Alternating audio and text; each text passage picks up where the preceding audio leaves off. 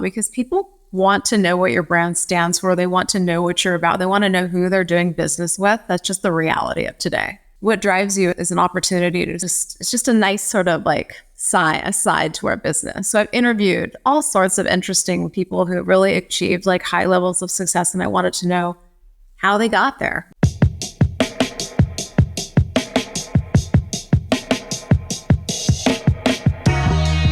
Welcome back to Content in the Kitchen, where we gather around the kitchen and chat about content marketing. Today, we're diving into the world of content growth with Jeannie, a seasoned expert who's been a driving force in the content arena for nearly 2 decades. Starting her career at Entertainment Tonight and moving on to a VP of content position at eHarmony, Jeannie is now leading the charge at Way.com as the head of content and brand. Jeannie's impressive track record includes growing Way.com's traffic from 40,000 to 1.6 million monthly users. So we're very lucky to have her on today as she shares insight, strategies, and the key steps that she took to achieve such remarkable growth. So grab your favorite cup and let's dive into the conversation with Jeannie.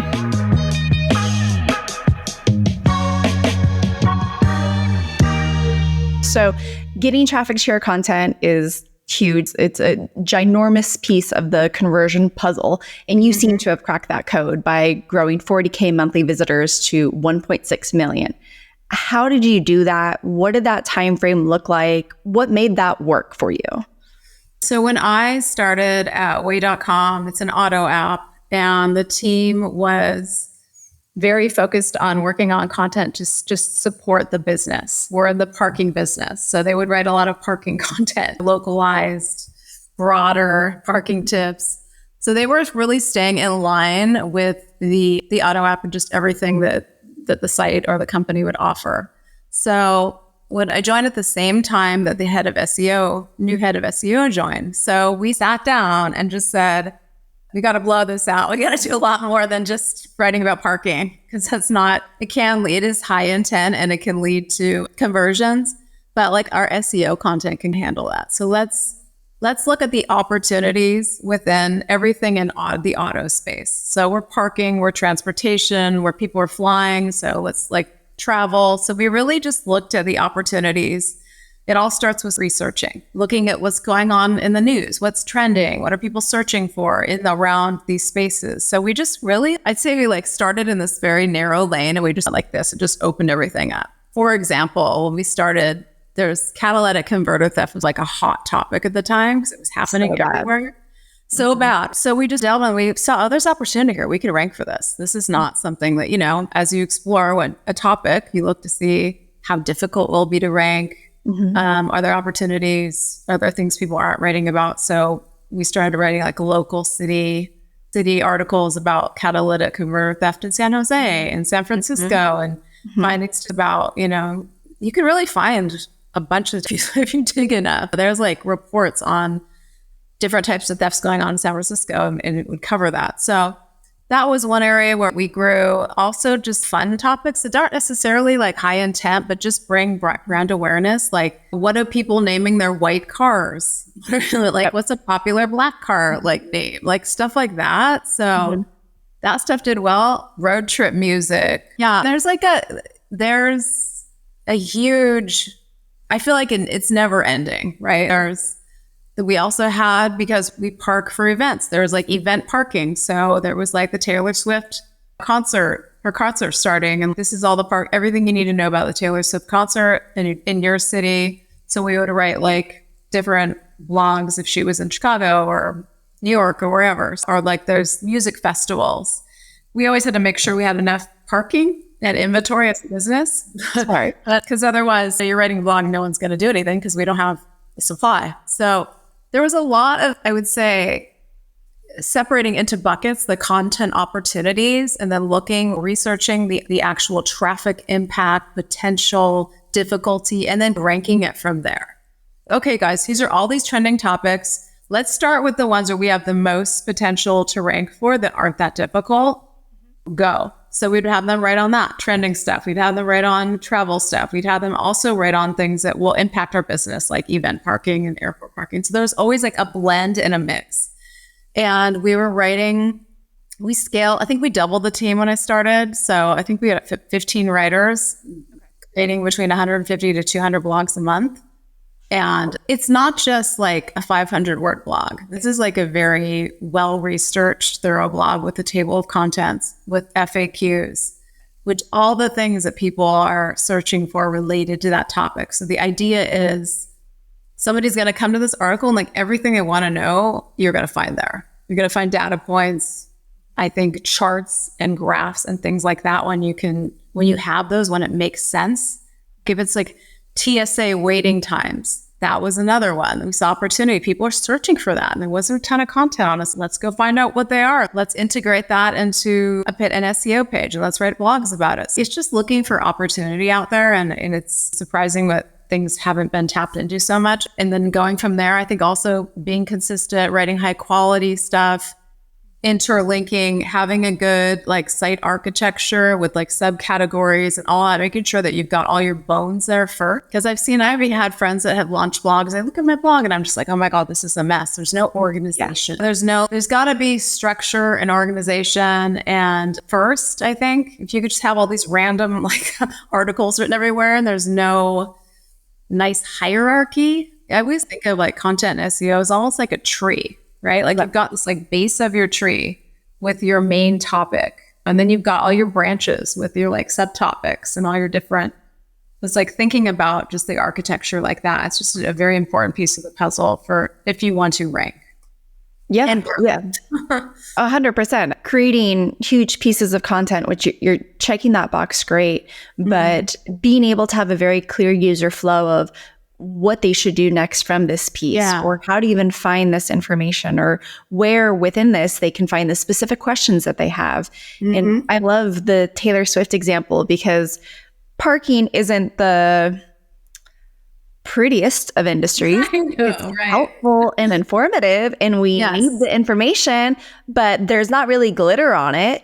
And I always get clients that come across and we're really niche and our industry is a little boring, or it's not, we don't know how to spin it or create new content that's exciting that people are actually searching for right now. And it's like, that's a perfect example of how you can take something that's currently trending right now that's relevant and then incorporate your brand with it without it being a stretch. This is very relevant. If you're going to a concert, a festival, you're most likely you're going to need to know rideshare options and parking options. What does that look like? And so talk about a perfect opportunity. I know. And then there's you can delve into thought leadership too. If you really want your brand to stand for something, like I started this series called What Drives You.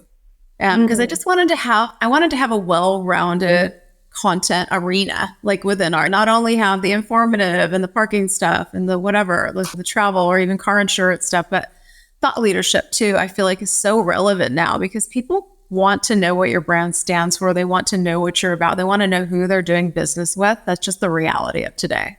What drives you is an opportunity to it's just a nice sort of like aside to our business. So I've interviewed all sorts of interesting people who really achieved like high levels of success. And I wanted to know how they got there. What drove you? Were you like that as a child? So those have been really well received and very fun to do for me as well. But those have also given us some awesome backlinks, which you and I have talked about a little bit, which is also really helpful to growing your business. And just the more of those you get, I think all of us marketers and PR people, and we all understand the power of a backlink from like a high domain authority site. So I was mentioning this earlier, that another way we've grown is to syndicate our content out. So once you've got enough content and it's like newsy or trending, another reason to do that is that you can syndicate it. And there's a company called Stacker, and they syndicate content out across the United States. So now we appear on like MSN.com or Miami Herald or all these sites, Huffington Post. And that's been really great too, because I think it's really raised our brand visibility. It's definitely raised our domain authority by significantly in 6-8 months. That's been amazing because that just gives you like, an overall halo lift for your whole site, which is important. I think we increased about 8 or 9 points, which is a lot. That's significant. It's been a very valuable partnership. I enjoy it. It's fun to see our stuff out there. And it's fun to stretch our writing team too, it keeps it interesting for them, right? So I feel like You can find any business that might seem super boring. Say it's just, I don't know.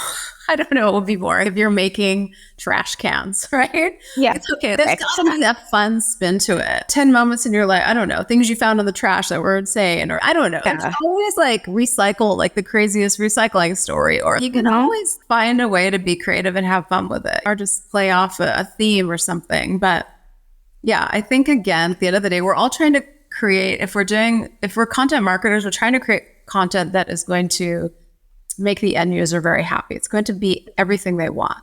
So you want to be really well thought about what you're writing, about what you're offering. Am I giving the customer what they need? Is this answering their questions? Is it giving them information? Is it giving them data? Is it fun? Is it interesting? Is it engaging? Got to check all those boxes because it's competitive out there. So it's a thoughtful process. It's not something where I just sit down and write something in 30 minutes. It's just, I guess it all depends on what your intention is. But if you're trying to grow traffic, if you're trying to grow you and you want Google to be friendly with you, you've got to have all that stuff in there, period. Yeah. And in the age of helpful content, like what helpful content is, like fairly clear that we need to be addressing exactly what the user intent is. So if that's from an informational standpoint, that means not burying the answer 5 paragraphs down just to keep them on the page more, because really they're leaving, they're bouncing off because they're not getting it right away.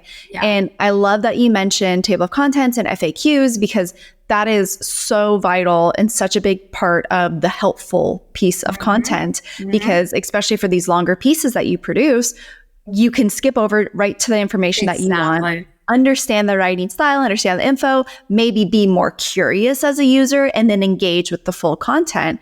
But is there anything else that you're doing other than those 2 elements to really ensure that all of these pieces of content that you're creating are like really fleshed out? I think like a visual representation. So if you can do a web story, I feel like those are getting picked up a lot by Google. Those are great. Just a visual like slideshow. If you can include data, charts, statistics. I was mentioning Statista, which is a site where you can get data. They release data every day on all sorts of topics, from everything from the presidential race to how are people doing around the world? Are people smoking more or less or globally? There's an endless offering of data there. So like finding sites like that I've been using them a lot the last few years, especially once I've come to Way. It depends on what business you're in. I worked at eHarmony. We had a lot of data on our customers. We had a whole we had a research scientist team that I could say, hey, what are people mentioning in their profiles? What is something that you're seeing now that you never used to see? I remember when politics started to become something that was a common topic they would bring up in their profiles. So we would write articles about that. And data points, I think, are also super valuable. So wherever you can find them, whether it's internally or it's through a government site where they have data that relates to your business, or like a Statista, I think that's also super valuable for your content.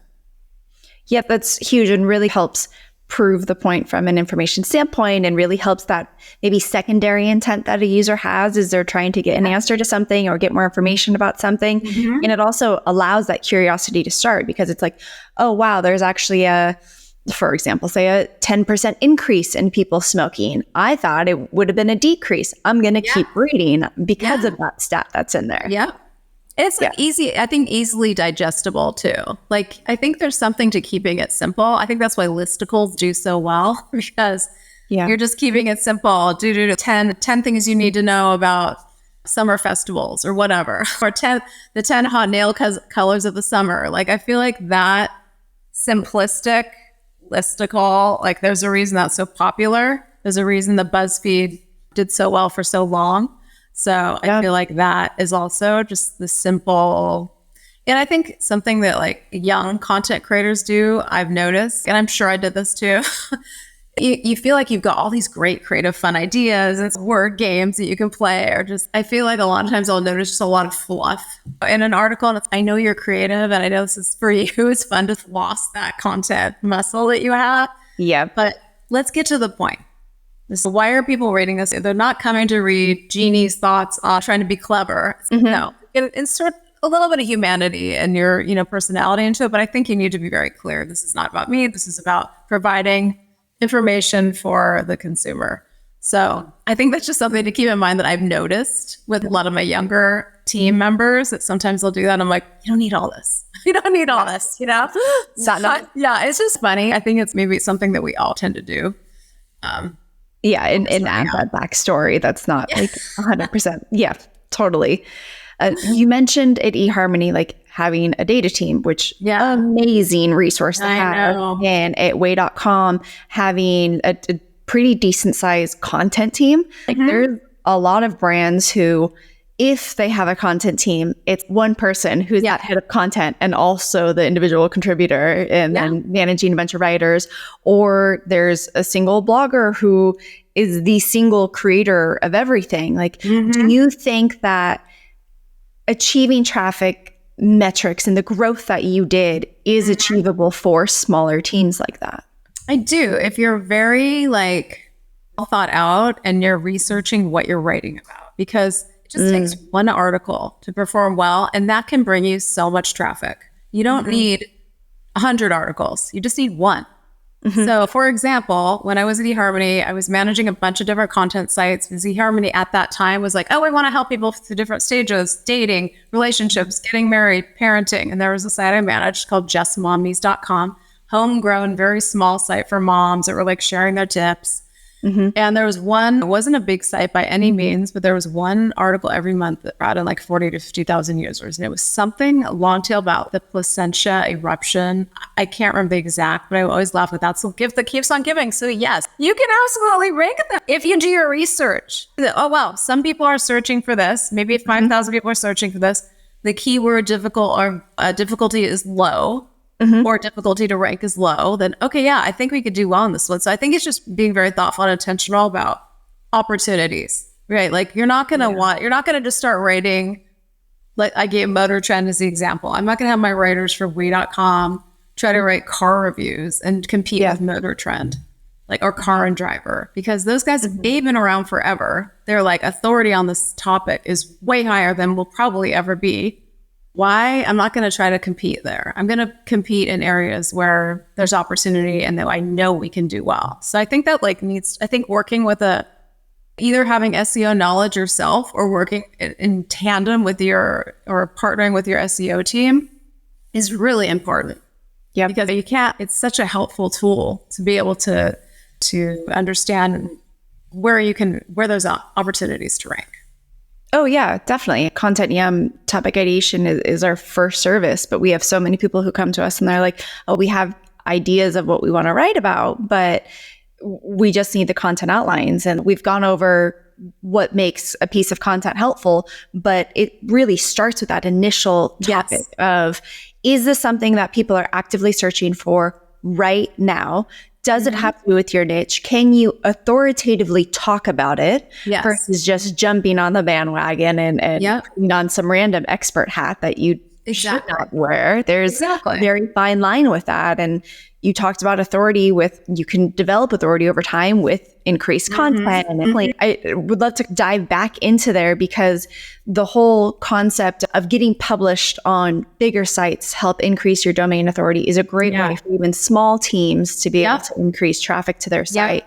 So are you creating content on Substack as its own silo and on your site and blog separately, or what does that process look like? So we'll create the blog on our site. Okay. For example, it was May is Mental Health Month. So I wrote a blog about Mental Health Month, and I'd interviewed this woman wandering around here. So I had interviewed this woman who was one of those sort of self-help. She'd written a book about how she, on her journey, overcame horrible things in her childhood to become a talk show. So she's doing well. She had these great tips for mental health every day. So that was written on our blog. And then we syndicated it out. So yeah, it's on our blog, but it's also on Stacker's blog. And then they syndicate it out across the country. So the cool thing is, I think that one there's pickups. It gets picked up by X amount of publications. And they say anything over 150 is good. And I think some of our stuff has got 300-400 pickups. Wow. Yeah. So it's been great. It's been a great partnership. It's really helped elevate us from the authority perspective. Now, if you were a company and you wanted to syndicate one article out a month, you could do that. You don't need to, you can do one piece. We do 4 a month. Okay. I think it costs around $10K. So it's not cheap. Yeah. Like if you want it to be, it is a good investment, and it's like a quick way to get a ton of high quality backlinks, which is very hard to do. It's like such a granular, it's a grind, especially if you're like a PR person and you're trying to you could get maybe 2 or 3 a month with PR efforts. You could get 200. So it's definitely, I feel like, worth the investment to explore content syndication. Yeah, especially from financial investments, that's pretty in par with a lot of PR companies that will go out and do that. So, and you're getting not going to get as many. Yeah, totally. No, for sure. There's no way they could get as many. So, no. And the PR timeline is such a long timeline. I handle PR for way.com, and you establish relationships with reporters, and then you come back to them, and you come back to them again, and then you pitch things, and then once every 6 months, you're like, oh my God, they picked us up or whatever. But this is there's no guarantees. No, there's never a guarantee, and they may not link back to you either. Like a lot of them just have the policy of not doing that. So, and your bosses are like, what? You're like, but it's to be mentioned as a thing. They're like, I don't care. I just want a backlink. If that's your bosses, go with the syndicated content route. Look at Stacker.com. Seriously. Yeah. Stacker.com definitely sounds like a much better solution. Yeah. And I'm sure there's other ones too, but they approached us about a year ago and said, hey, we really like your content. You guys are writing about a lot of different topics, and we think this could be something. So it's been great. That's fantastic. I feel like we've covered so many different aspects of how to grow your content, how to mass produce content, but also do so with a strategy and different resources to implement in that strategy. So I feel like we've really covered a lot of the growth angles. But as we wrap up, I'm really curious to hear what your current secret sauce is. What's that one tool or resource or strategy that is new to you that you're absolutely loving right now? Oh, that's a good one. It's not necessarily super new, but a way to create news and to create a story is to just do a survey with every company has a customer base, right? So like I had our email marketing team send out a survey through SurveyMonkey, and it was just, I was curious about EV ownership, and it's a political party thing. Is there any does that factor in? Are there more Democrats who are interested in EVs versus Republicans? Does it matter on a state level? Is it a millennial thing? So you can send out surveys, and that can just you can create news, which I think it's very cool. We've had some wins with that for sure. Yeah, because sometimes there's just not a lot happening. You're like, what is going on in the world, and how could we be a part of that story?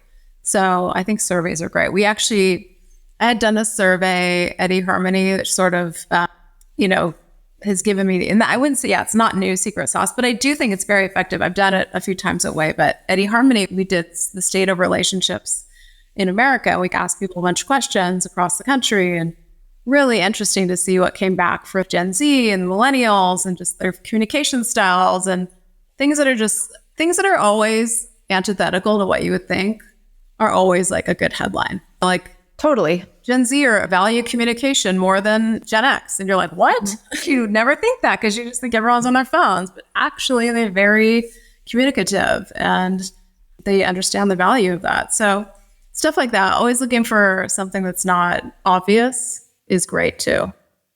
As an externalist, like the idea of creating the news just makes me so happy. Yes. That's so good. Finding a place for your brand identity, regardless of what's going on. And if you don't fit that current narrative, if there isn't like a good Taylor Swift parking narrative for you, coming up with one and not using an SEO tool to do it, but more of like traditional marketing.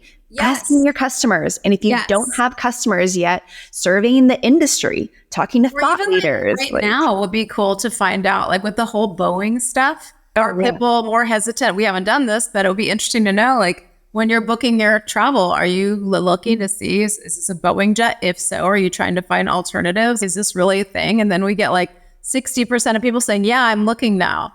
That could be a story. And they're avoiding. So like things like that, always looking at what's going on. And like when COVID was happening and people weren't driving, it was like, how do you feel? Are you commuting? How many people are actually working from home versus having to still go in the office? Like you can find things out like that, which tie into the story. And even now, like the working from home is still a hotly debated topic. That's a way, just tapping into things that are going on that people are interested in is always a win. Yes, even if it's not timely and trending in this moment, but like you mentioned, COVID, there was so much in that, and there's so much that you could even bring up a lot of those conversations and make it timely now. But it's doing it carefully. It's having really fleshed out content, having a goal with that piece of content in mind, having a good internal linking strategy, having all of the elements, like you mentioned, the data behind it, the table of contents, the FAQs, that all of that is really going to help get people to your site and then help them stay and understand who your brand is and what your offerings are as well. Absolutely. Couldn't agree more. Thank you so much for everything that you shared. Really appreciate having you on the show today. I had such a good time. It was such a great conversation. It's always fun to take a step back and think about strategies. And when you're in the weeds every day, you don't think about everything you've learned. So it's fun to do that. Thank you.